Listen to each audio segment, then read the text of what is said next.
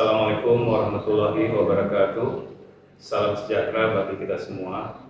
Perkenalkan, saya Taufik Hidayat SKM MKes, dosen pada Poltekkes Kemenkes Aceh, jurusan keperawatan, Prodi D3 Keperawatan Aceh Tenggara dengan nomor induk dosen nasional 4026016901 dan NUPTK 5458747648130052. Pada kesempatan ini, izinkan saya untuk bisa menjelaskan tentang pernyataan diri dosen dalam unjuk kerja Tridharma Perguruan Tinggi bidang pengajaran atau yang biasanya disebut dengan PDD UKT-PT sebagai salah satu syarat untuk sertifikasi dosen tahun 2026. Pada video ini saya akan mendeskripsikan salah satu mata kuliah yang saya ampu, yaitu mata kuliah gizi dan diet dengan kode WAT.5.10.24 yang merupakan mata kuliah wajib pada semester 2 dengan bobot 2 SKS yang terdiri dari 2 SKS teori dan jumlah pertemuan sebanyak 16 kali, di mana 14 kali pertemuan itu tatap muka langsung, 1 pertemuan untuk ujian tengah semester dan 1 lagi adalah untuk ujian akhir semester. Mata kuliah gizi dan diet itu pembelajarannya menekankan kepada pendekatan outcome based education atau UB yang berpusat pada capaian pembelajaran mahasiswa. Mata kuliah gizi dan diet membahas tentang komponen nutrisi, perannya dalam kesehatan, serta prinsip-prinsip dietetik untuk perencanaan dan pengelolaan diet seimbang pada pasien. Metode pembelajaran yang digunakan adalah dengan kuliah tutorial, small group discussion, problem based learning, penugasan dan proyek. Secara bahasa pengantar yang digunakan adalah dengan menggunakan bahasa Indonesia. Adapun capaian pembelajaran pada mata kuliah ini, yang pertama, mahasiswa mampu menjelaskan konsep dasar nutrisi. Kedua, mahasiswa mampu melakukan pengaturan nutrisi untuk berbagai tingkat usia. Ketiga, mahasiswa mampu menjelaskan konsep nutrisi ibu hamil dan menyusui. Keempat, mahasiswa mampu menjelaskan konsep nutrisi sebagai terapi. Kelima, mahasiswa mampu melakukan pencegahan dan penanganan kekurangan vitamin, anemia, kurang kalori protein, stunting, dan obesitas. Keenam, mahasiswa mampu mempraktikkan penerapan diet pada pasien sadar dan gangguan kesadaran. Ketujuh, mahasiswa mampu memahami peran perawat dalam pelaksanaan diet pasien. Kemudian teknik pembelajaran yang digunakan dalam pembelajaran itu menggunakan DIA, yaitu Delivery, Interaction, dan Assessment. Di mana delivery tersebut adalah cara saya dalam menyampaikan materi perkuliahan kepada mahasiswa berupa tayangan PowerPoint, pembelajaran modul, dan menggunakan buku referensi. Kemudian yang kedua, interaction, yaitu interaktif melalui diskusi baik perorangan maupun diskusi kelompok. Sedangkan assessment-nya itu dengan memberikan tugas-tugas kepada mahasiswa, baik itu tugas pribadi maupun tugas-tugas kelompok yang dapat dikerjakan baik di kampus maupun di luar kampus. Dan pada kesempatan ini, saya menggunakan metode ceramah interaktif dengan materi PowerPoint yang menggunakan media infocus, di mana dalam proses penyampaian materi, nantinya mahasiswa bisa melakukan tanya jawab interaktif seputar materi yang sedang diajarkan, serta mereview dan membuat resume materi yang sudah diajarkan. Kemudian dengan metode interaktif tersebut, mahasiswa diharapkan mampu memahami, menjelaskan, serta mempraktekkannya. Kemudian bisa membuat kelompok-kelompok kecil untuk melakukan diskusi grup, memberikan umpan balik, dan mahasiswa dapat mendiskusikannya dan membuat satu kesimpulan. Sedangkan untuk indikator penilaian secara objektif dengan masing-masing penilaian itu kuis 10%, tugas individu dan tugas kelompok itu 20%, PBL 30%, ujian tengah semesternya 15%, dan ujian akhir semester itu 25%. Jadi totalnya 100%. Buku referensi utama yang digunakan ada beberapa, yaitu dari Kemenkes Ilmu Gizi, Modul Gizi, kemudian juga ada buku penuntun diet dan terapi gizi, ada buku ajar gizi dan diet, kemudian ada ilmu gizi klinis pada anak, kemudian juga ada buku peningkatan gizi balita melalui pemberdayaan keluarga dalam pencegahan stunting, kemudian juga ada buku inovasi dalam ilmu gizi. Demikian pemaparan dari saya. Untuk selanjutnya saya akan menampilkan proses pembelajaran yang akan saya lakukan di kelas melalui tatap muka secara langsung pada mata kuliah gizi dan diet. Terima kasih. Wassalamualaikum warahmatullahi wabarakatuh. Bismillahirrahmanirrahim. Assalamualaikum warahmatullahi wabarakatuh. Waalaikumsalam warahmatullahi wabarakatuh. Terima kasih kepada mahasiswa semua. Apa kabarnya pada hari ini? Baik. Ya, mudah-mudahan kita sehat-sehat semua ya. Sebelum kita mulai, sebenarnya kita berdoa sejenak ya. Silakan kita berdoa.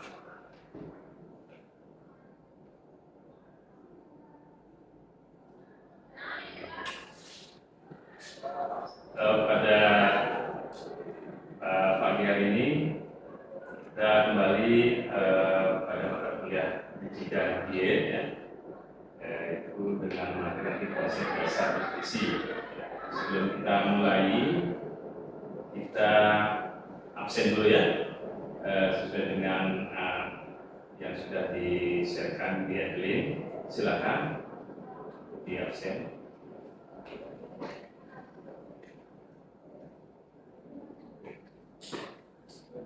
Baik ya, terima kasih ya.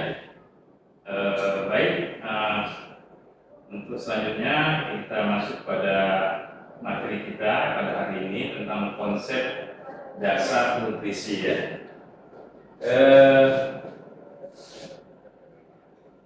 Untuk konsep dasar nutrisi ini kan kita sudah biasa ya mendengar gizi dan diet ya kan. Itu memang sudah familiar, tetapi perlu kita coba apakah kira-kira para mahasiswa juga sudah kira-kira tahu apa itu gizi. Kita akan masuk dalam mata kuliah gizi dan diet dengan materinya nanti konsep dasar nutrisi, kemudian juga ada pengertian gizi dan diet, ruang lingkup ilmu gizi dan pengaruh gizi terhadap kehidupan. Ya.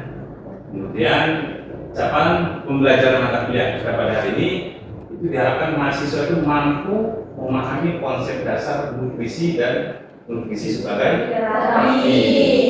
Sedangkan sub CPMK-nya itu mahasiswa mampu menjelaskan konsep dasar nutrisi ya. Nah, kembali lagi kita ke awal ini gizi dan diet supaya kita nanti mempunyai pemahaman yang sama. Kira-kira Pak mahasiswa apa yang dikatakan tentang gizi? Wah, yang lain? susu, BUP, ya. Ya, baik. Semua makanan yang kalian sebutkan itu adalah makanan yang bergizi. Nah, kemudian apa yang dikatakan diet? Mengatur pola makan, Mengatur pola makan, pola hidup, apalagi? Ya. Dan lain-lain ya. Baik. Nah, jadi ini sudah ada satu gambaran ya. Yang penting di situ diet itu mengatur. Ya, ada kata-kata mengatur pola makan ya. Yang nanti tujuannya nanti inilah yang akan kita pelajari di dalam materi pada hari ini ya. Nah, ini nutrisi ya. Jadi nutrisi itu proses memperoleh, mengolah, menyerap, dan memanfaatkan zat gizi dari makanan untuk mempertahankan kehidupan, pertumbuhan, serta kesehatan tubuh. Jadi nutrisi itu isi daripada tadi gizi yang kalian sebutkan tadi kan, tapi dia harus diperoleh seperti ini. Nah, kemudian nutrisi itu meliputi apa? Asupan makanan, pencernaan, penyerapannya, metabolismenya, sampai ke ekspresi. Nah, itu nanti akan kita pelajari ya. Kemudian pengertian gizi menurut ilmu gizi ya ini ya. Kalau tadi kalian sebutkan ada makanan-makanan tadi ini, sebenarnya ini gizi adalah zat-zat yang terdapat dalam makanan yang diperlukan tubuh untuk menghasilkan energi, untuk membangun dan memperbaiki jaringan serta mengatur berbagai proses metabolisme. Jadi zat-zat gizi yang ada dalam makanan yang kalian sebutkan tadi itulah gunanya. Ya. Kemudian gizi merupakan ilmu yang mempelajari hubungan antara makanan dan kesehatan. Jadi kalau kita cerita gizi berarti dia yang bermanfaat bagi kesehatan tubuh. Ada nggak makanan yang tidak bermanfaat untuk kesehatan tubuh? Ada ya. Apa? Bakso. Iya, makanan yang tidak itu seperti makanan yang mengandung racun, ya, makanan yang mengandung tadi bakteri-bakteri itu juga bisa disebutkan sebagai gizi ya. Jadi yang bermanfaat antara makanan dan kesehatan. Ya. Kemudian apa itu fungsi zat gizi? Itu tadi ada disebutkan kan di awal tadi ya. Nah, sumber energi, sumber pembangun tubuh, kemudian juga pengatur proses tubuh. Nah, dalam makanan itu nanti ada beberapa jenis-jenis. Jadi misalnya nih, kalau sumber energi itu diperoleh dari karbohidrat, lemak, protein. Ya. Sedangkan untuk zat pembangun tubuh itu diperoleh dari protein dan mineral, air. Dan untuk mengatur proses tubuh itu diperoleh dari vitamin, mineral, dan air. Nah, semua itu ada di dalam makanan-makanan yang kita konsumsi. Ya. Nah, ini sekarang apa itu diet? Tadi kita sudah tanyakan di awal kan. Salah satunya apa tadi? Mengatur ya. Ada nggak di sini kata-kata pengatur? Ada ya. Tadi sudah agak cepat ya. Cuman ini yang lebih nanti sejarah yang lebih jelas ya. Diet adalah pengaturan jumlah, jenis, dan jadwal makan sesuai kebutuhan individu untuk mempertahankan atau meningkatkan status kesehatan. Ya, jadi ini kalau sudah kita cerita diet itu nanti bisa dikaitkan dengan apa? Kalau kita sebagai orang sebagai perawat gitu, sebagai terapi, ya kan? Pengobatan bagi pasien. Nah, kalau diet itu bisa nggak digunakan untuk kita yang sehat-sehat ini? Bisa. Kira-kira untuk apa? Ya, ini seperti yang di apa ini? Diet adalah pengatur jumlah, jadwal makan sesuai kebutuhan individu. Nah, kan? Kalau di sini katakan untuk mempertahankan atau menjaga status kesehatan. Bagi kita juga ya, misalnya ada yang mungkin dari segi status gizinya kurang atau berat badannya juga tidak sesuai, kurang ideal ya dengan tinggi badannya, itu bisa kita masukkan ke arah diet. Mungkin selama ini di masyarakat umum yang kalau pengertian diet itu misalnya, oh dia mau kurus, ya itu dikatakan saya sedang diet gitu. Karena diet itu pengaturan pola makan tadi supaya sesuai dengan keinginan kita. Oh kita sedang kondisi gemuk ataupun obesitas, overweight, kita memutuskan membuat supaya berat badan kita ideal, itu juga bisa dikatakan diet. Oh kita kurus, kita ingin menyesuaikan berat badan kita supaya ideal, itu juga kita buat pada diet juga ya. Nah diet bukan hanya untuk menurunkan berat badan, diet dapat diterapkan pada orang sehat, orang sakit, anak-anak, dewasa dan lansia. Nah, pengertian diet menurut ilmu gizi, pola konsumsi makanan dan minuman yang dilakukan seseorang secara teratur sesuai kebutuhan fisiologis maupun kondisi penyakit. Nah, contoh ini diet terapi ya, misalnya untuk diet diabetes. Ya, kalau di rumah sakit nanti ada diet DM ya. Nah, kemudian ada diet hipertensi, ada diet rendah gerak, rendah garam. Itu bagi ya penyakit apa tuh?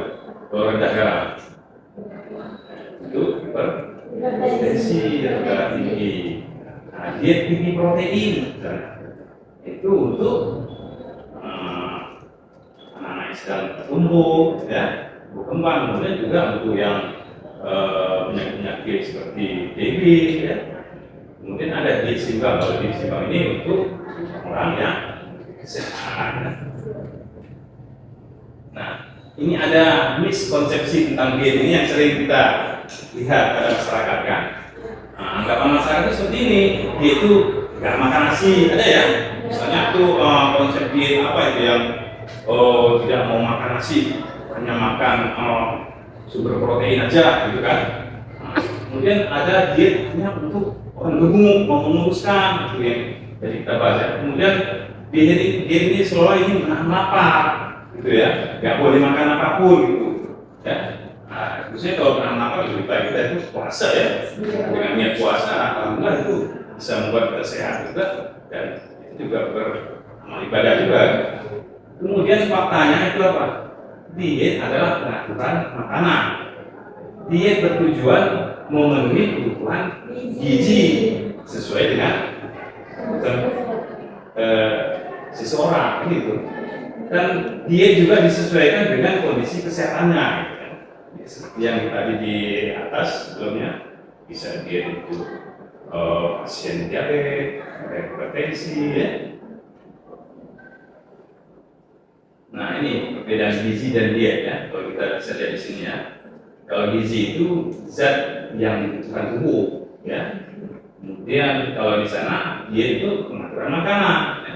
Jadi makanan itu diatur berapa besar porsinya, kemudian berapa banyak sumber-sumber protein, karbohidrat, lemak itu disesuaikan dengan kebutuhan seseorang. Ya. Kemudian berkaitan dengan nutrisi, gitu. Ya. Kalau di diet berkaitan dengan pola makan, jadi pola makannya berbeda di orang diet. Ya, misalnya porsi kecil tapi sering itu bagi orang-orang yang dengan penyakit apa misalnya sakit mah, ya. Kemudian makanannya juga mungkin dari teksturnya juga dia agak gurih ataupun bubur, ya. Itu masuk ke diet. Kemudian untuk gizi yang memenuhi kebutuhan tubuh, sedangkan diet itu menyesuaikan kebutuhan. Jadi kalau di gizi itu biasanya kayak itu untuk kita yang sehat-sehat seperti ini yang biasa ya, tanpa ada penyakit ataupun tidak, untuk menguruskan atau menemukan badan kita. Tetapi kalau untuk di diet itu menyesuaikan dengan kebutuhannya. Masing-masing kita ini individu beda-beda, ya, kebutuhannya sesuai dengan penggunaan kalorinya, rumahnya, gitu ya. Kemudian juga fokus pada zat gizi kalau di sini. Sementara kalau di diet fokus pada pengaturan konsumsinya. Seperti saya jelaskan tadi, ya, bisa misalnya makanannya porsi kecil tapi sering, ya. Kemudian teksturnya, gitu ya. Kemudian jenis bahan makanannya harus diatur, gitu di diet, ya. Kemudian bagaimana hubungan gizi dan diet? Nah, ini kalau kita lihat hubungan gizi dan diet itu ya dari makanan, kemudian makanan itu mengandung zat gizi, ya. Seperti kita bilang tadi, makanan yang nggak mengandung zat gizi ataupun tidak termasuk zat gizi yang tadi misalnya ada mengandung racun ataupun bakteri itu diberikan. Kemudian dari makanan-makanan yang kita konsumsi itu kemudian ada proses pencernaan, zatnya akan diserap, ya. Itu berarti masuk dalam dari kita mulut, kemudian kita di lambung, di usus, ya. Prosesnya. Kemudian setelah diserap itulah dia memenuhi kebutuhan nutrisi, ya. Jadi yang diserap itu zat-zat gizi, gitu, kan. Nah, yang enggak diserap itu terbuang, gitu. Nah, jadi zat-zat nutrisi yang diserap itu adalah yang apakah dia memenuhi apa tidak ya, untuk kebutuhan seseorang individu, sehingga membuat dia itu status gizinya baik, bisa juga buruk ya. Kalau cukup ya nutrisi yang dikonsumsinya itu membuat dia nanti kecukupan gizinya, sehingga dia menjadi status gizi yang baik. Sehingga kalau dia mendapatkan status gizi yang baik, dia akan mendapatkan kesehatan yang optimal ya. Kemudian tujuan diet ini, diet dilakukan untuk apa? Tadi sudah disebutkan, memenuhi kebutuhan energi, oke ya, mempertahankan status gizinya, mencegah penyakit, membantu penyembuhan penyakit, dan mempertahankan kualitas hidup. Ya. Itu tujuan diet ya. Jadi kalau kita memenuhi kebutuhan energi, berarti di dalam dalam menu kita itu sesuaikan kebutuhan energinya gitu. Jadi kita berbeda-beda, setiap orang kalau kita hitung kalorinya itu tetap berbeda-beda. Mungkin ukuran tubuhnya ya, kemudian aktivitasnya nanti ada juga di penjelasan sini ya. Kemudian zat-zat gizi yang dimakan itu, dikonsumsi itu akan bisa mempertahankan status gizi seseorang. Status gizi seseorang itu tergantung daripada zat-zat gizi yang dikonsumsinya. Kemudian dengan dia mengkonsumsi zat-zat gizi yang adekuat, yang cukup, itu akan dapat memperkuat daya tahan tubuhnya, ya, sehingga dia bisa mencegah penyakit.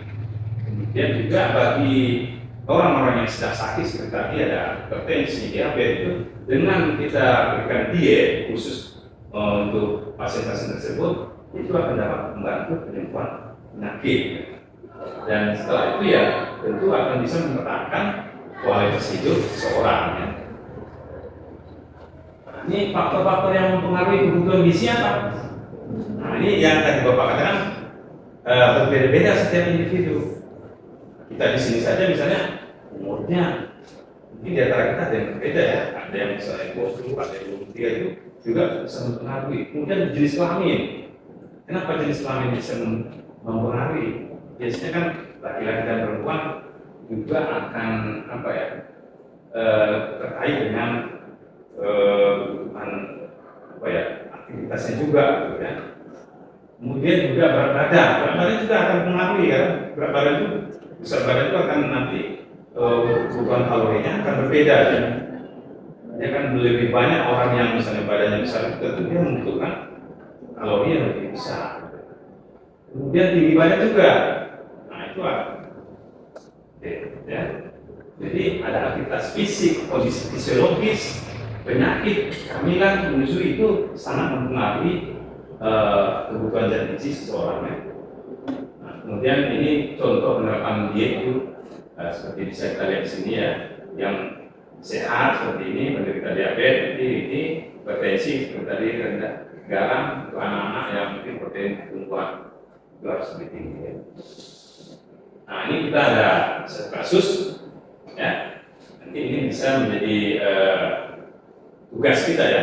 Nah, tugas perorangan ini, seorang laki-laki usia 45 tahun mengalami hipertensi. Pertanyaannya, kenapa pasien membutuhkan diet khusus ya?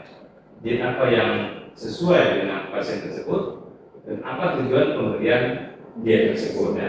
Ini sebagai satu tugas kita nanti ya. Kemudian juga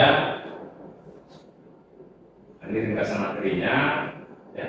Gizi merupakan zat yang nutrisi adalah proses pemanfaatan zat gizi. Kemudian gizi merupakan zat yang diperlukan tubuh serta ilmu yang mempelajari. Dan diet adalah pengaturan pola makan sesuai kebutuhan itu. Dan diet tidak hanya kemudian menurunkan berat badan saja ya. Nah ini untuk latihan kita sebelum kita melakukan ini nanti kita buat secara kelompok ya. Setelah materi ini sudah saya sampaikan tadi, kira-kira mahasiswa ada nggak yang ingin ditanyakan atau belum paham dengan materi yang Bapak sampaikan tadi? Silakan.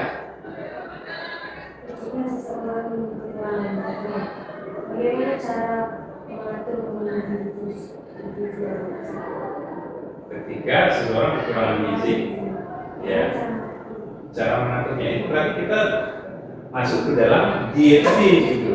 Nah, kita lihat dia itu tinggi badan berat badannya misalnya berapa. Nah, kita akan dapat nanti kebutuhan kalorinya. Kemudian kita sesuaikan makanan itu. Jadi makanan itu nanti kita buat dari pagi, siang dan malam itu kita sesuaikan dengan kebutuhan kalorinya yang sebenarnya. Ya, kalau dia tidak mempunyai penyakit penyerta, kalau bagi penyakit penyerta itu nanti berarti kita harus buat pelatih khusus. Ya. Yang lain, ya, ada pas ya. Nah, jadi mudah-mudahan apa yang telah saya sampaikan tadi bisa dipahami dan para mahasiswa juga bisa menjelaskan apa itu gizi dan diet, ya. Dan selanjutnya ini untuk diskusi kelompok ini kan kita sudah bentuk kelompoknya. Nanti mau ini setiap kelompok bisa melakukannya, membahasnya dan mendiskusikannya. Terima kasih atas perhatiannya. Assalamualaikum warahmatullahi wabarakatuh.